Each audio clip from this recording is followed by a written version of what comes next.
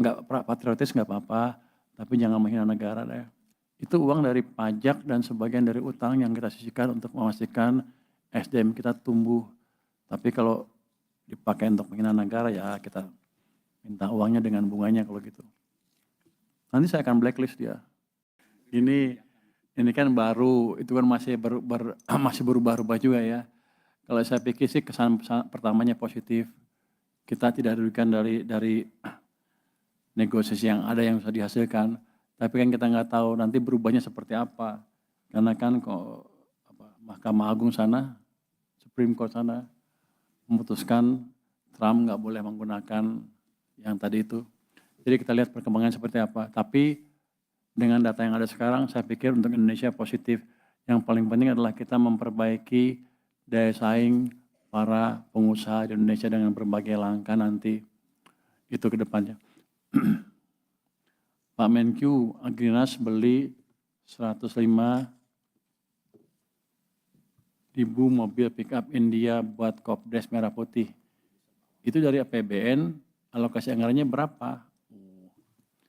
Jadi Koperasi Merah Putih adalah mereka meminjam uang dari Himbara, dari Bank Himbara. Kewajiban saya Kementerian Keuangan adalah setiap tahun kira-kira akan menyicil pinjamannya sebesar 40 triliun selama 6 tahun. 6 tahun ke depan.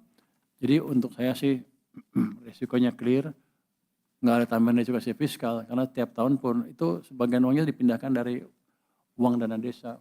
Jadi setiap tahun pun memang kita belanja segitu, cuman sekarang cara belanjanya berubah. Jadi seperti itu pembiayaannya.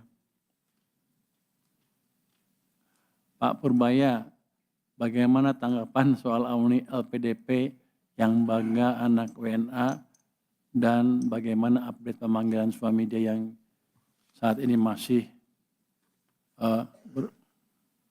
dia masih kuliah, udah lulus kan? Sudah lulus kan suaminya? Oh masih ini. Jadi kalau saya nggak tahu nih, saya baca ininya. Pada saatnya begini, itu seperti itu hal yang kami sesalkan. Jadi kami akan menegakkan aturan yang ada di LPDP sehingga yang bersangkutan menyelesaikan tanggung jawabnya LPDP. Tadi sudah bicara dengan dia ya. Jadi ke Pak Bos LPDP, lu apa sih? Lu apa sih? Dirjen apa? Lu dirut? Lu bukan dirjen. Jadi Pak Dirut nih bosnya LPDP nih sudah bicara tadi dengan suami terkait ya. Dan dia sepertinya sudah setuju untuk mau bayar. Mengembalikan uang yang dipakai oleh LPDP. Berapa tuh? Berapa miliar? Bunganya dihitung nggak? Hitung bunga? Hitung bunganya ya? Jadi termasuk bunganya loh. Jadi bukan uang dipakai, kan kalau saya taruh uang itu di bank juga ada bunganya kan. Jangan dengan treatment yang fair. Saya harapkan ke depan teman-teman yang dapat pinjaman LPDP, ya kalau mau nggak seneng yang nggak seneng, tapi jangan menghina-hina negara lah. Jangan begitu.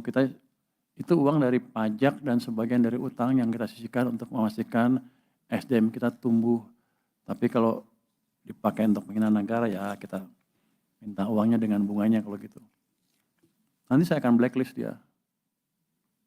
Di seluruh pemerintahan nggak akan bisa masuk. Nanti kan kita lihat blacklist yang lain seperti apa.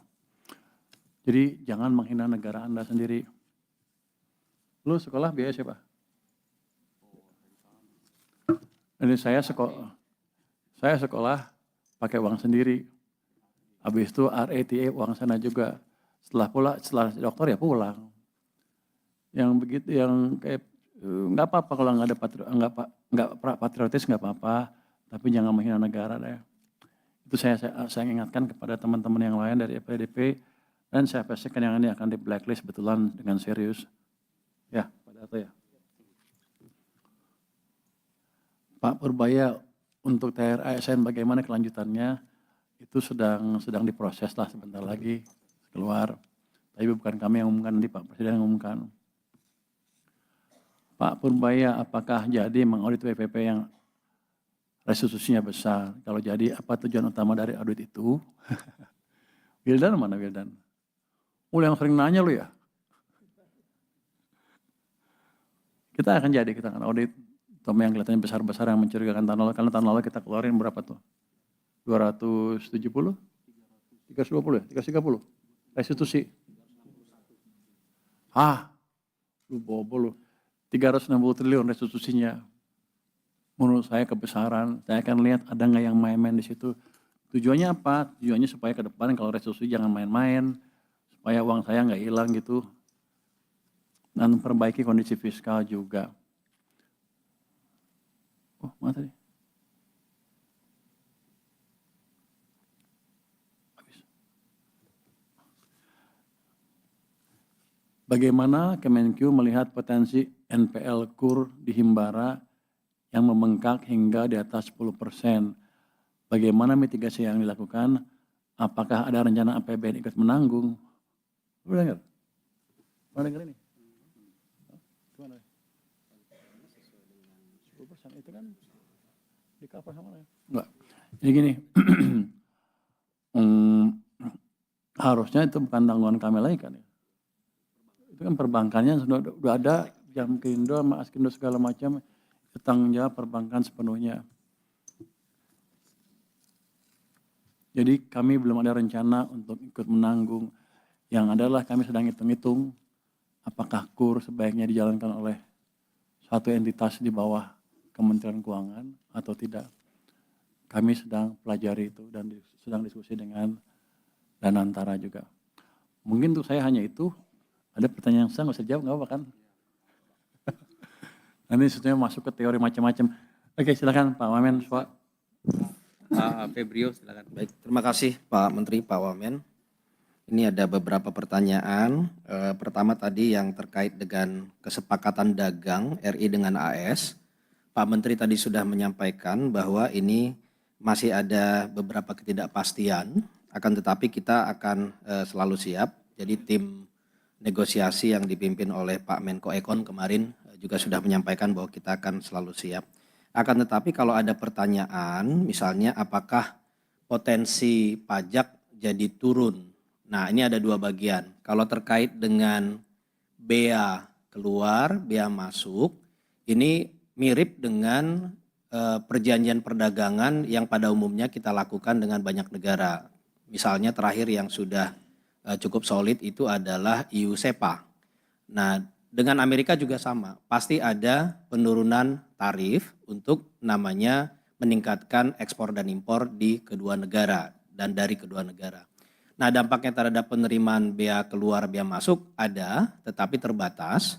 Dan dampaknya terhadap APBN 2026 itu sudah diantisipasi. Jadi memang dari sejak EU-SEPA, perjanjian Amerika, ini selalu kita antisipasi sehingga tidak terjadi shock terhadap penerimaan negara.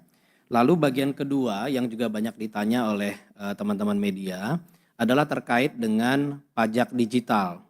Nah, ini tolong dibedakan antara pajak digital dengan pajak yang sesuai dengan peraturan perundang-undangan yang ada di Indonesia. Contohnya adalah PMSE. PMSE itu bukan pajak digital. Pajak digital yang dimaksud oleh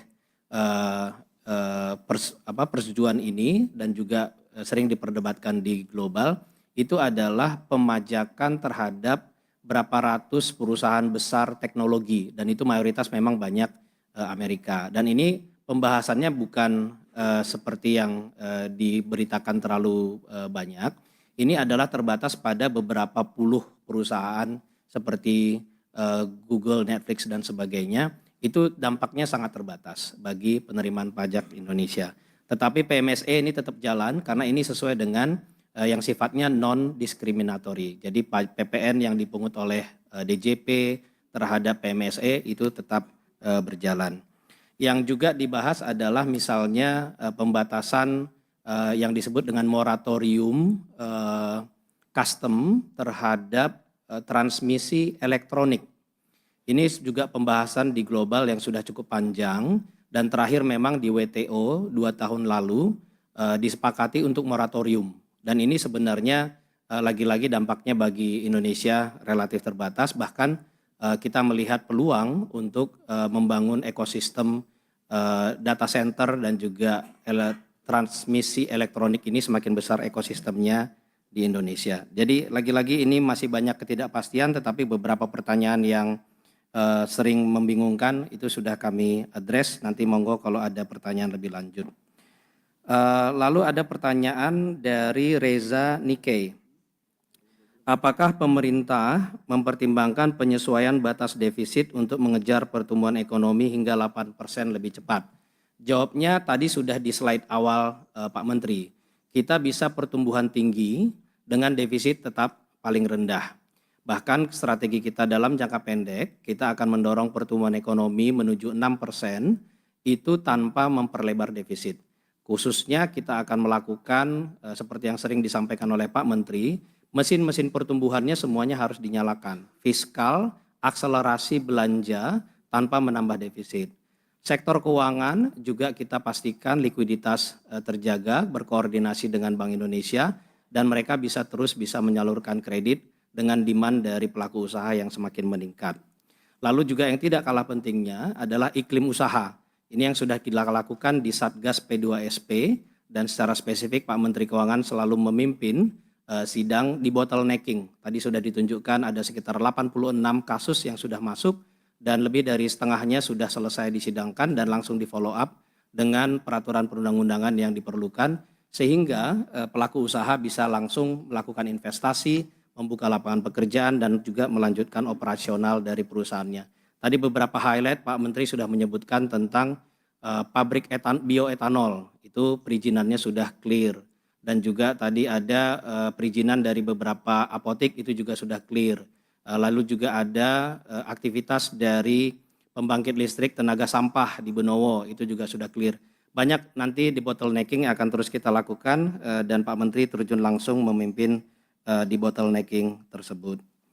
Lalu berikutnya ada pertanyaan tentang neraca pembayaran 2025 defisit 7,8 miliar US dollar. Asesmennya seperti apa? Teman-teman sekalian, kalau kita lihat dari sisi trade balance yang adalah komponen dari current account, kita sudah 68 bulan berturut-turut trade surplus. Artinya ekspor kita lebih besar daripada impor kita. Dari sisi current account, kita mendapatkan upside yang sangat signifikan dalam 5 tahun terakhir. Dan ini adalah hasil dari strategi pertumbuhan ekonomi dan ekspor yang semakin berhasil, terutama arahnya nanti ke hilirisasi dan menambah nilai tambah untuk competitiveness ekspor kita. Di sisi lain, kalau kita lihat neraca untuk modal dan finansial, ini fluktuatif dari tahun ke tahun, tergantung tentunya banyak sekali dari global gejolaknya. Akan tetapi kalau kita lihat dalam satu kuartal terakhir di tahun 2025 kemarin, kita neraca perdagangannya justru surplus 6,1 miliar. Ini menunjukkan lagi pembalikan sesuai dengan pertumbuhan ekonomi yang tadi sudah ditunjukkan oleh Pak Menteri. Dan neraca finansial itu 8,3 miliar rupiah. Jadi pembalikan itu kita bisa tunjukkan sesuai dengan underlying dari aktivitas ekonominya. Kedepan ini tetap akan terjaga. Untuk current account deficit sebenarnya kita sangat baik, selalu di bawah 1% dalam beberapa tahun terakhir.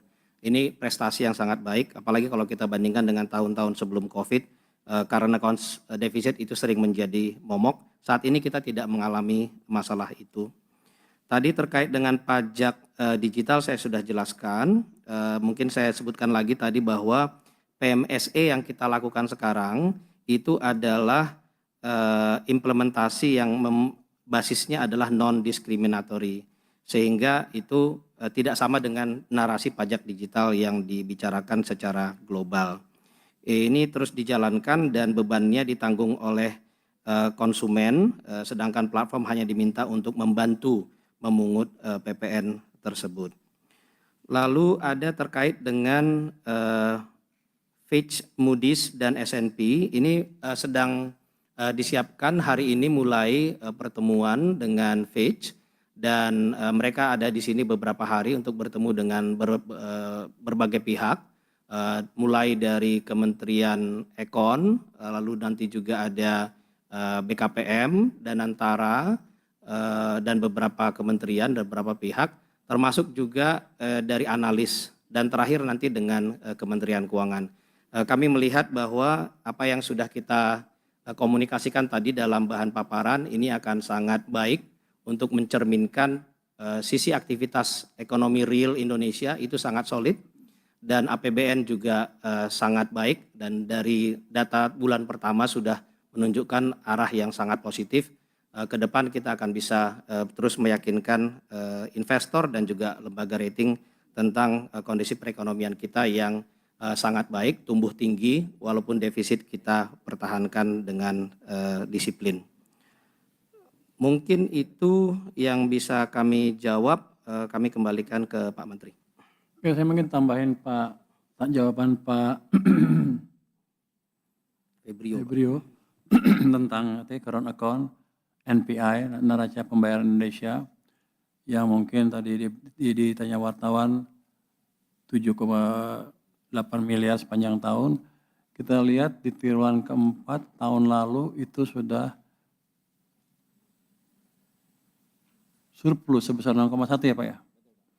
Jadi neraca pembayarannya surplus 6,1 bukan current account. Jadi total balance of payment ya. Jadi ada perbaikan yang signifikan, itu saya pikir akan membaik terus ke depannya. Karena fondasi ekonomi kita terus diperbaiki, ini inline dengan perbaikan ekonomi sehingga kapital mulai masuk ke sini lagi. Sehingga capital call-nya positif ya Pak ya. Jadi harusnya ke depan akan membaik terus, jadi nggak usah terlalu khawatir tentang neraca pembayaran, apa sih namanya? Neraca pembayaran Indonesia, balance of payment ya.